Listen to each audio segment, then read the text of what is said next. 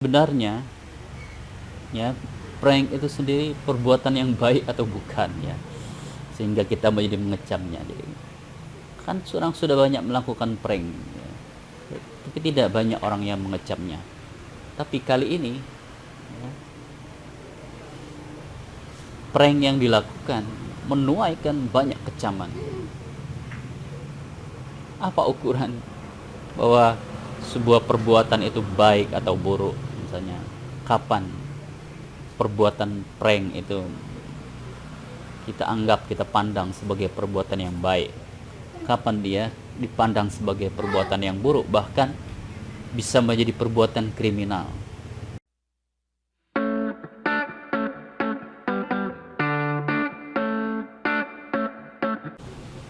Assalamualaikum warahmatullahi wabarakatuh.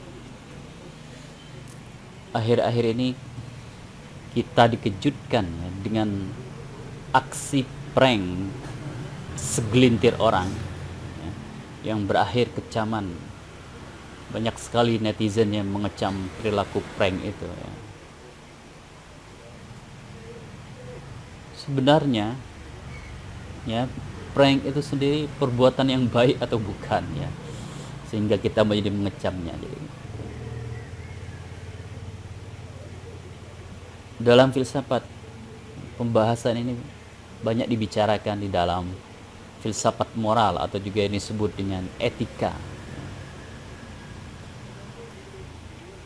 Dalam etika atau filsafat moral, kita membahas perbuatan ya, apa ukuran suatu perbuatan itu dikatakan baik, apa ukuran sebuah perbuatan itu dikatakan sebagai perbuatan yang buruk. Pertama ya, ada beberapa aliran dalam hal ini. Yang pertama itu adalah aliran deontologi. Menurut aliran ini ya, sebuah perbuatan itu baik kalau dilaksanakan berdasarkan kewajiban ya. Kan kita tanyakan pada YouTuber yang melakukan prank dengan kardus mie berisi sampah itu, apakah perbuatan itu dilakukan atas dasar kewajiban? Apakah mereka punya kewajiban untuk melaksanakan perbuatan itu? Kewajiban yang menurut mereka adalah membasmi ya, kaum transgender atau kaum Sodom. Di dalam negara modern ya, kewajiban penegakan hukum, kewajiban penertiban penyakit masyarakat itu adalah tugas yang sudah diberikan oleh negara kepada pihak yang berwenang untuk melakukan itu. Bisa Satpol PP, bisa kepolisian. Jadi dalam negara modern ya, kalau Anda melihat sebuah perbuatan yang Anda anggap itu melanggar hukum, Anda tidak bisa menegakkannya itu dengan tangan Anda sendiri, menghakimi sendiri. Kewajiban Anda apabila melihat sesuatu yang menurut Anda itu adalah melanggar undang-undang atau melanggar peraturan yang berlaku adalah melapor. Jadi dari sisi etika deontologi pun perbuatan itu tidak dapat dibenarkan. Kewajiban itu ada di tangan pemerintah dan aparat penegak hukumnya. Kita sebagai masyarakat ya, apa yang bisa kita lakukan adalah melaporkan atau menghimbau atau menasehati dengan baik-baik orang yang kita anggap itu melanggar hukum, bukan tindaknya. Apalagi berlaku melakukan perbuatan yang kasar dan menyakiti. Tuh. Kemudian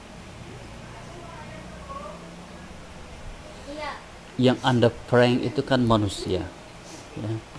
Perlakukanlah manusia sebagai manusia. Perlakukanlah orang yang Anda prank itu bukan sebagai objek, tetapi sebagai subjek. Sebagai objek misalnya, ya, Anda menjadikannya sebagai bahan olok-olokan, bahan tertawaan, ya, sebagai objek yang dihina. Tapi perlakukanlah orang yang Anda prank itu sebagai subjek, orang yang terlibat berpartisipasi di dalam aktivitas Anda. Dia adalah orang yang ikut serta tertawa, tapi bukan orang yang ditertawakan.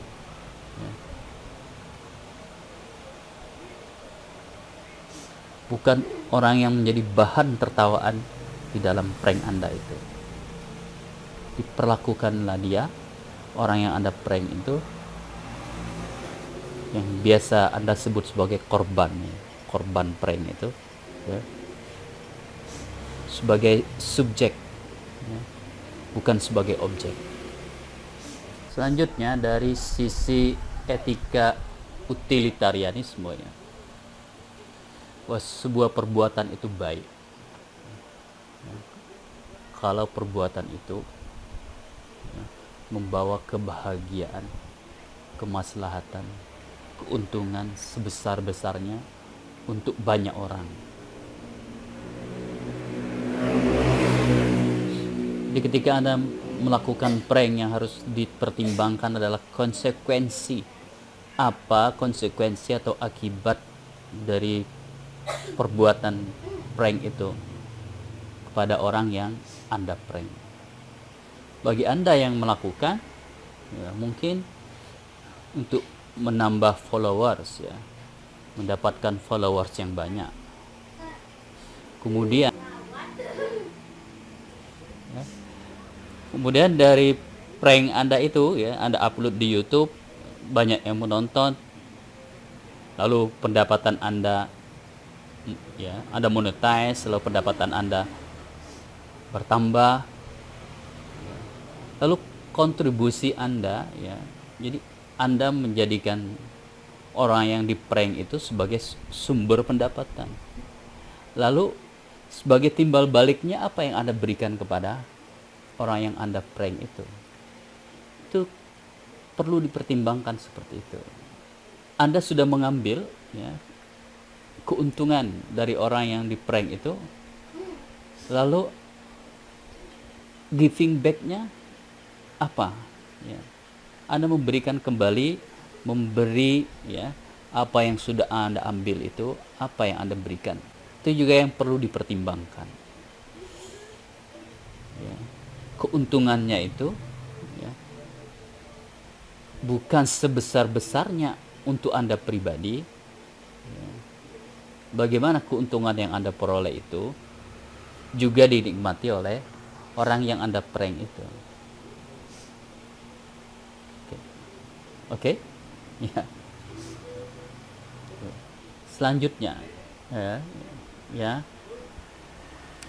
persetujuan. Ketika Anda ingin mengupload, ya, hasil prank Anda itu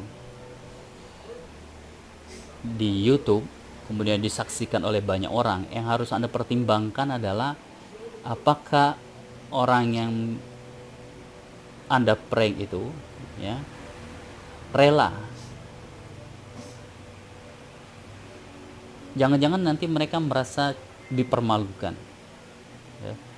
Kalau Anda upload, ditonton oleh banyak orang, lalu mereka merasa dipermalukan atau merasa dihinakan.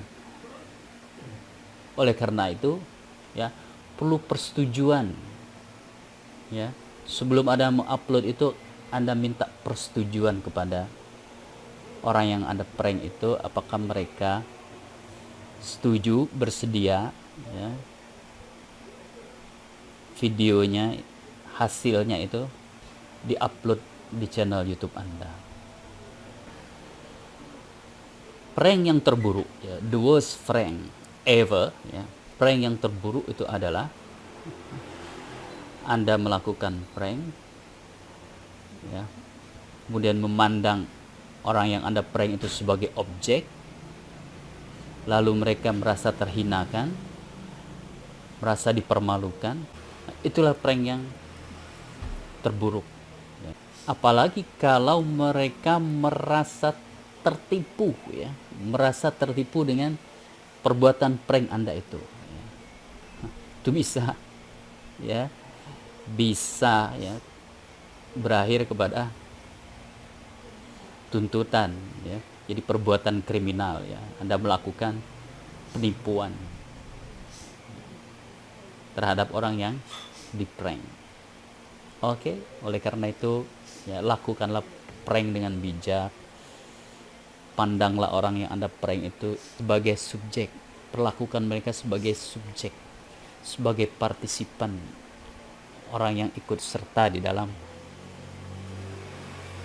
kegiatan Anda itu, bukan sebagai objek. Anda tertawa, mereka juga ikut tertawa, ya. Menertawakan keadaan atau mentertawakan dirinya, atau mentertawakan kita semua, tapi bukan orang yang ditertawakan. Kemudian, ya, dari segi konsekuensi perbuatan itu, pertimbangkan jangan sampai perbuatan kita itu menyakiti, melukai, ya kan, atau menghinakan orang yang kita prank itu. Kemudian, siapa itu tukang prank yang baik? Memang ada tukang prank yang baik. Tukang prank yang baik itu adalah orangnya yang memang baik. Jadi kalau Anda memprank orang lalu menyumbang, ya, dalam etika kebajikan namanya, Anda itu memang sudah terbiasa memberikan sedekah, memang sudah terbiasa menyumbang. Anda menyumbang itu bukan karena sedang ingin mengupload, ya, video ke YouTube atau membantu orang lain. Memprank lalu membantu, memprank lalu menyumbang, ya. Yang diprank menjadi senang, merasa terbantu. Itu belum dikatakan baik, ya. Kalau tujuannya Anda mengeksploitasinya, mendapatkan keuntungan untuk pribadi Anda. Orang yang baik adalah, ya, orang yang terbiasa berbuat baik. Kalau Anda menyumbang, ya, Anda memang terbiasa menyumbang.